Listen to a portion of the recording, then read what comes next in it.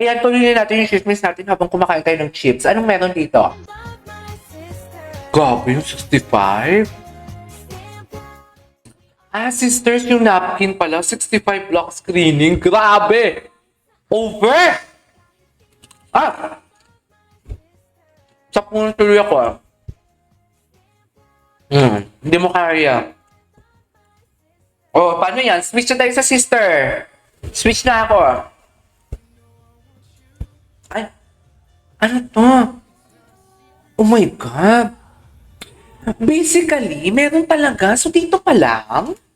Dito pa lang pala talaga. Kasi alam mo bakit? Malay natin. Kasi di ba dapat, ang wake up kasi ng isang mga personality, ititigin, hindi mo pwede masabi na may overlapping na nangyari between Pao, Sian Lim, or whatsoever. Hindi pwede may overlapping kasi mga personality, mga ano yan may mga personalidad yan. So parang, sabi mo na kung dito, habang pinapalabas ko yung fit check ni Kim, sabi mo natin, wala pa silang lalabas na statement together with Sian na break na sila. Pero kasi, bago naglabas siya si Kim Chu, ang kay Bobby Fortesa, naglabas siya, di ba, kay Jack Roberto. So, alam ko na yan. Dati pa, hindi nyo pa na-imagine na sila pa. May mga picture pang lumalabas. Charet. Wala na. Alam ko na yan. Kaya nakasang loob ko magsabi talaga na hintayin na natin sa official statement. Tapos after 5 days, lumabas ang balita. So, basically, hindi pa nyo sabihin na may overlapping ang ito, na nakikita na si Pao dito. Tapos, may Sian Lim pa o wala pang statement of account. Statement ni si Kim Chu. Kaya, bago niya maglabas ng statement, ang mga artista na nag-break sila, it will take time, dear. It will take time like, siguro, after a year pa, or 6 months stream. Pinakamabilis 3 months or 4 months. Or 6 months. Yun yung pinakamabilis. Kasi alam mo bakit? Bago yan sila maglabas ng statement, they will try to save what they had or what they have. They will try to save kung ano meron sila. Kasi, hindi basta-basta ang pinagdaanan nila. Okay. So, basically, once na lumabas ng statement, meaning to say, wala nang atasan yan. Kasi hindi na yung relationship ang iniisip mo dyan yan. Your integrity na. Because you're a public servant. Public persona. O ganon. Basta public affairs. I mean, yun. Bago pa sila maglabas, inayos ng maraming beses yan, pinag-isipan niya. At once na naglabas sila, ibig sabihin, wala nang atasan. Wala nang atasan niya. Kaya, sa mga sasabi may overlapping, pero wala naman sinasabi, baka naman kasi iisipin niya may overlapping. Kasi nakita si Paolo dito eh. Hindi ko lang alam kung nag-release na ng statement si Kim dito during this time. Diba? Parang, ganun lang. Meaning, check pa lang. Mayroon. Sorry. Ano kasama nila si Sir Deo? Mali siya sa lako. Patingin ako pa yun.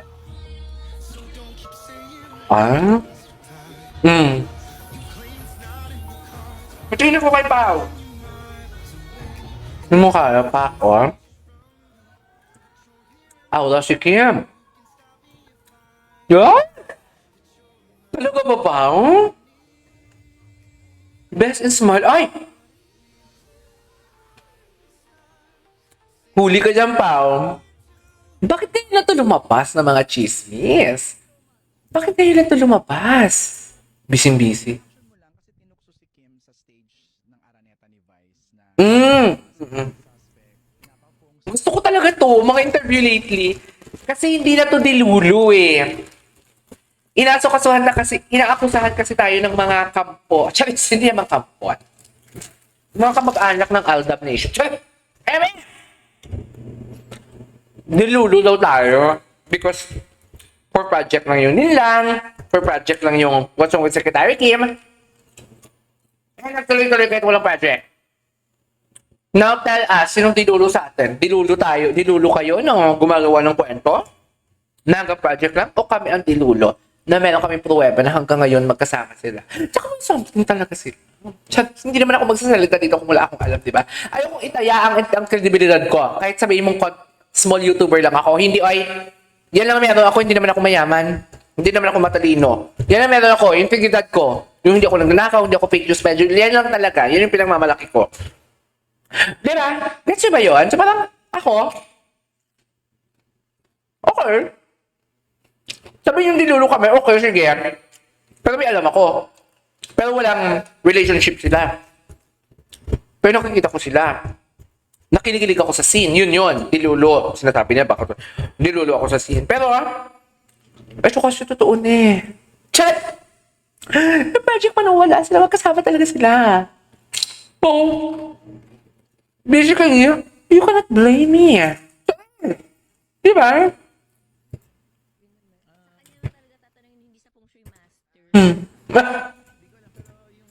Yung sinasabi na nakakap ako, naka-mask ako. Ganun naman talaga ako lagi pag lumalabas. Hindi naman ako hindi naman ako babati sa mga tao kung tatago ako. Sa mga tao kaya nalaman nilang ako yung nandun.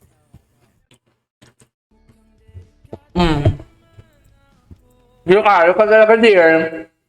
Nasabi ko sa'yo,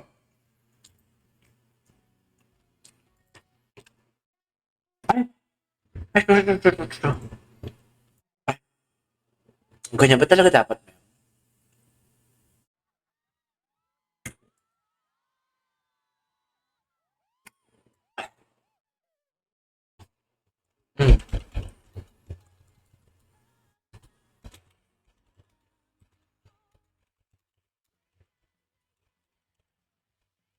Wait lang nag-edit ako eh. Ay, hello.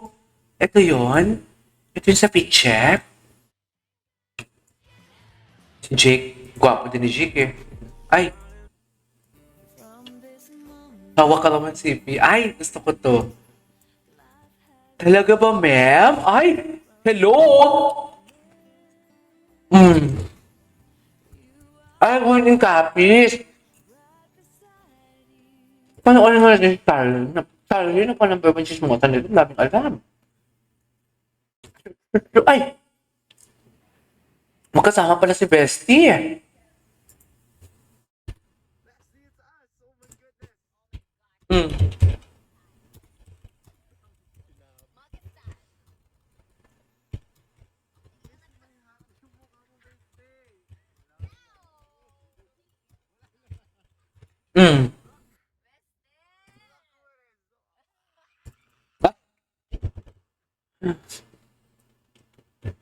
Okay.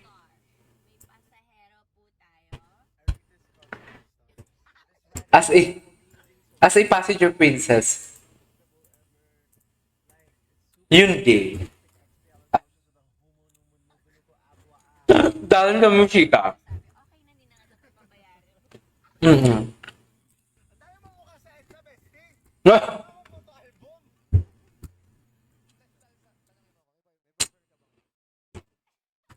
Ay.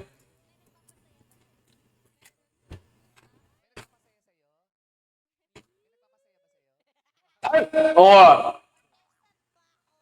Di ba? Pwede, kung walang mali siya, the question is just answerable by yes or no. Pwede mo sabihin, wala. Walang may nagpapasaya sa akin o may nagpapasaya sa akin ng trabaho ko, pamilya ko. Di ba? Business ko. Pero kasi alam niya kung ano ang tinutukoy ni Bong. Kaya hindi niya masagot ng hindi or oo. Because kung hindi isasagot niya, ma-offend si Paolo. Charis, kasi si Paolo napaka-vocal. Si Kim Chiu lang naman ito ang nipis. Charis. Well, hindi ko siya masisisi. Alam niyo naman sa Pilipinas, pag ang babae yung Gina G, sasabihin malandi. Pero pag lalaki, okay lang. Ganyan yung mga taga-Pilipinas. Charis! Minsan gusto ko nang ipatagal ang dugo ko pag Pilipino at saka laman loob ko eh. Charis! Hindi damay pa kami. Pero love tayo. Tayong mga Kimpaw, love tayo. Talino tayo. Anyways, di ba? Kung walang mali siya, ano sinasabi ko? The question is just answerable by yes or no. Oo, hindi. Pero kasi alam niya, pwede niya masabihin, masaya ako dahil sa pamilya ko, masaya ako dahil sa business ko, masaya ako dahil sa career ko. Pero kasi alam niya ang pinupoint ni Bong, si Paolo. Pero hindi niya masagot-sagot. Because may mali siya pa. May mali siya talaga. Sila talaga, dear. Charis! Ayun ang talagang aminin. Kim, ang dami namin problema sa mundo, dinadagdagan mo pa. Pero okay lang, hindi kami nagmamadali. Charis! Charis! Charis! Tama ba ako? Tama naman ako, di ba? Nawala siya doon. Bumaba ang energy niya. Na-off guard siya doon. Baka ano bang matanong?